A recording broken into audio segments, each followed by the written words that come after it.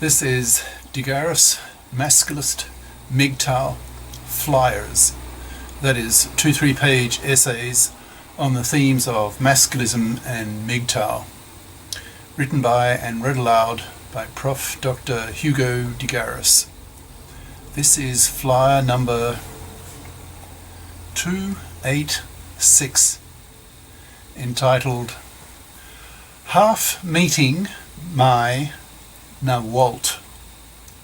Description. This flyer recounts my feelings towards my half meeting with a woman I could describe as my Nawalt. That is, for me, a woman I could respect, admire, and like.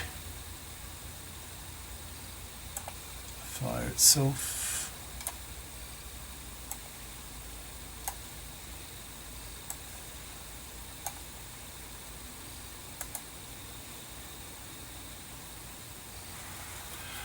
Half Meeting My Nawalt by Prof. Dr. Hugo de Garis.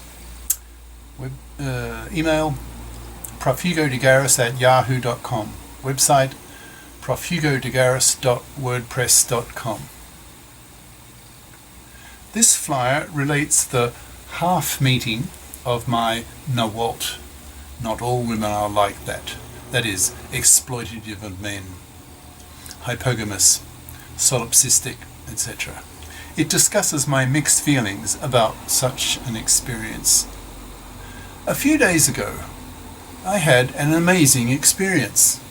I was reading about one of my favorite topics, specifically the classification theorem of the finite simple groups, which I believe to be the greatest of all human intellectual achievements.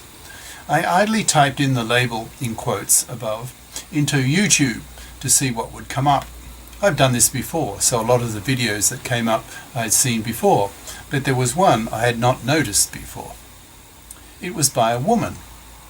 In it, she said that she worked together with two of the smartest men in the world who are creating a revised, simplified, shorter, comprehensive, unified second version of the proof of the theorem. I was amazed.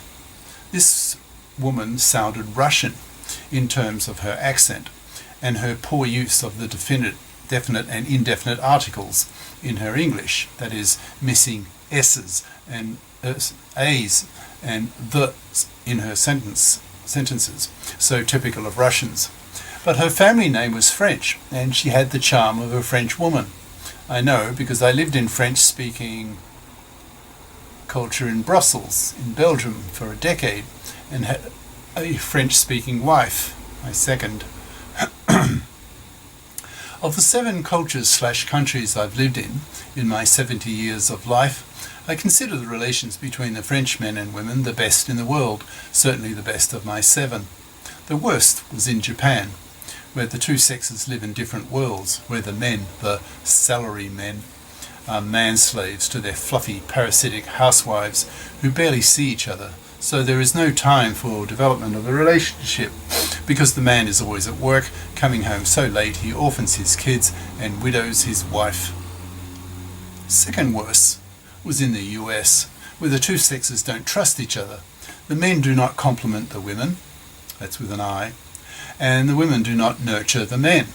Whereas in French culture, it's part of the national value system for the women to make an effort to be seductive to the men and the men to pay real attention to the women, so that both sexes are much more satisfied by each other than in any other culture I have known. It's therefore no surprise that France has a world reputation for being le pays de l'amour, country of love. I listened and watched this woman and was charmed. She had the charm of a French woman, which I was familiar with and appreciated very much after the experience of living in French-speaking culture for a decade. I remember one time in a bank in the US where I was spending 6 months as a PhD student with a famous professor, Richard Michalski, or Michalski in English if you anglicize it, who was one of the pioneers of a specialty that is now blossoming and having a strong impact on the world, namely machine learning, which is a branch of computer science called artificial intelligence. I was talking to one of the tellers and heard an accent. She was not an American, so I asked her where she was from. She said, France. So I was delighted to find a French woman after the coldness and suspicion towards men of American women. So I said to her, "Ah bon, je parle français, j'habite à Bruxelles." "Great, I speak French, I live in Brussels." She transformed. Her face lit up. She turned on the French charm, behaving as her culture had taught her, to be seductive towards a man, and I gave her the attention that French men give their women. She was flattered, and I was charmed. The contrast with the interactions I had in those 6 months with American women was stark. The contrast was painful. I hugely preferred interacting with French women than American women, because French women are so much more nurturative towards men and make a great effort to be nice to men, whereas American women are suspicious of men and don't go out of their way to try to charm them the way French women do.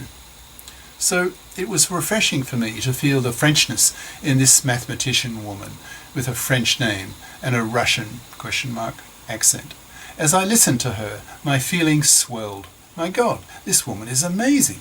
She's obviously a near genius by female standards because she's collaborating with two of the smartest men on earth who are busy creating the second revised version of the proof of the classification theorem of the finite simple groups, which I consider in its first version to be the greatest intellectual achievement of humanity. This is a major claim, so I need to talk about it for a bit. It was a work of genius. It took about half a century and the work of several genii, literally some of the smartest men on the planet, for example, guys like John Thomson, Michael Aschbacher, Daniel Gorenstein, etc. Names that the general public have never heard of and never will hear of, because their intellectual level and the level of difficulty of their work is so far above that of average people that they will never even know that such work exists and that such levels of intelligence are even possible.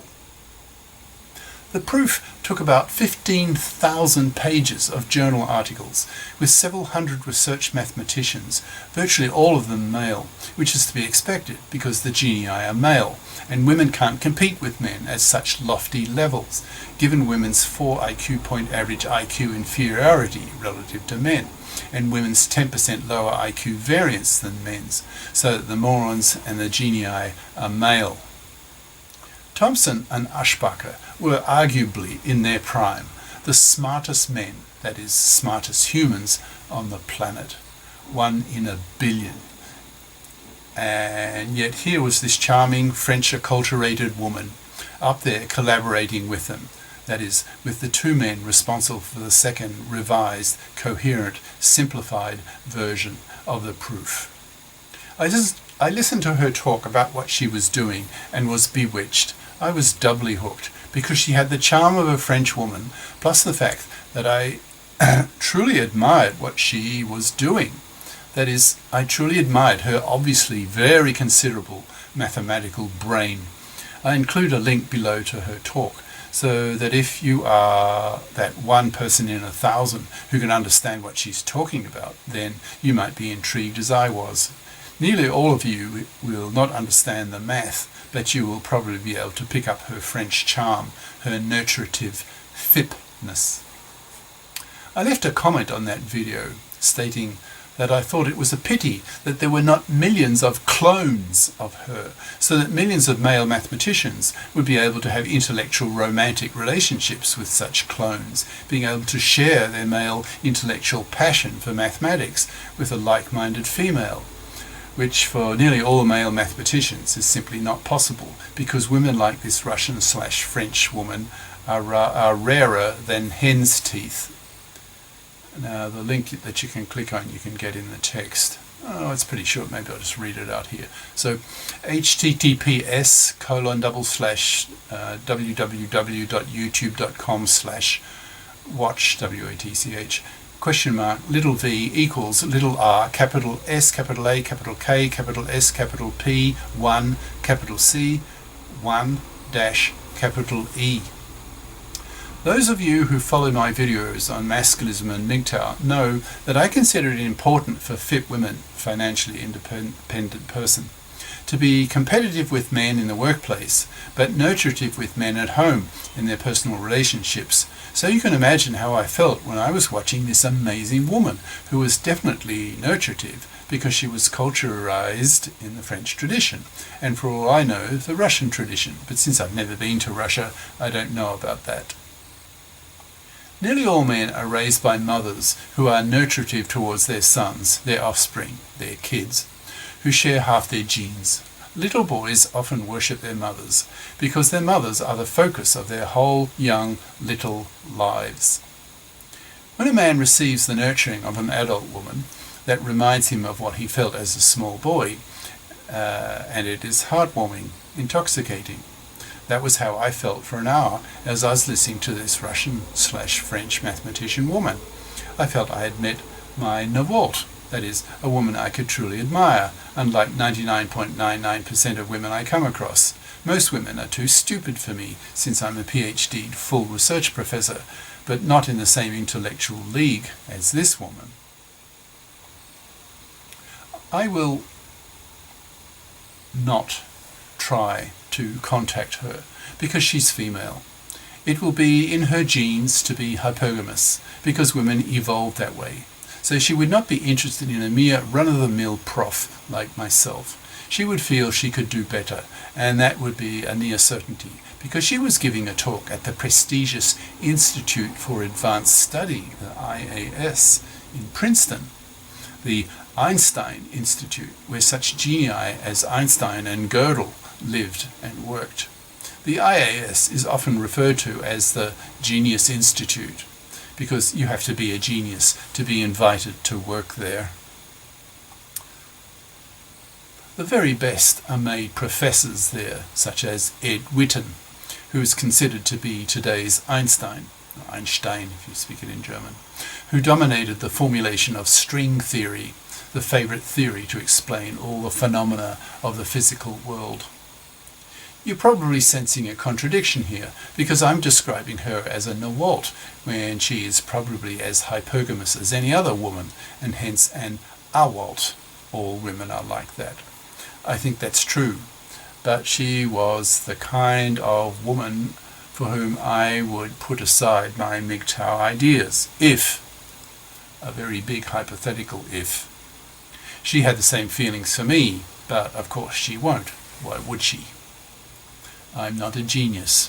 I'm smart enough to be able to follow the works of these mathematical genii behind the classification proof of the finite simple groups, and plan to teach it over the next 30 years of my life in my role of being a globicator, that is, global educator, that is, filming some 120 YouTube lecture courses in PhD level pure math and math physics to teach students at this level in these subjects around the world for free, and giving them an e-library, it's an electronic library, containing links to full content books supplied by Google, so that students can simply click on a link and be able to read and study technical books on their computer screens around the world, thus revolutionizing graduate level education.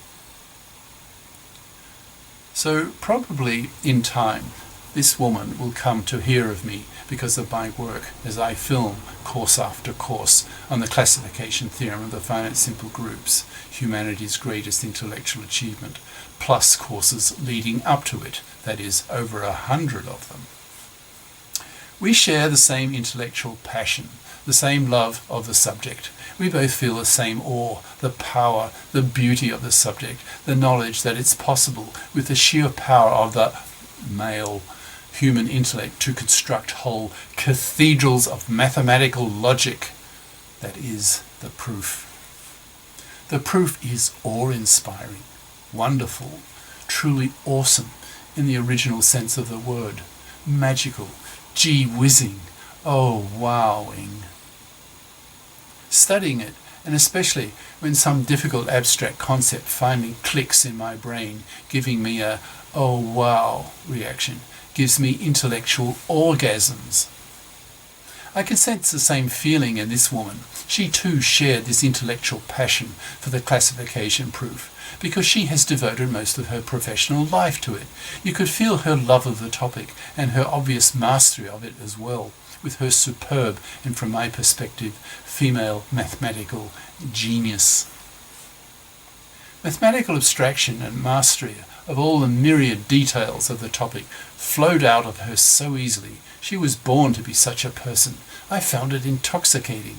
I really admired this woman, which is a feeling I rarely have. Most women I can't take seriously, because women are such child minds to me on the whole.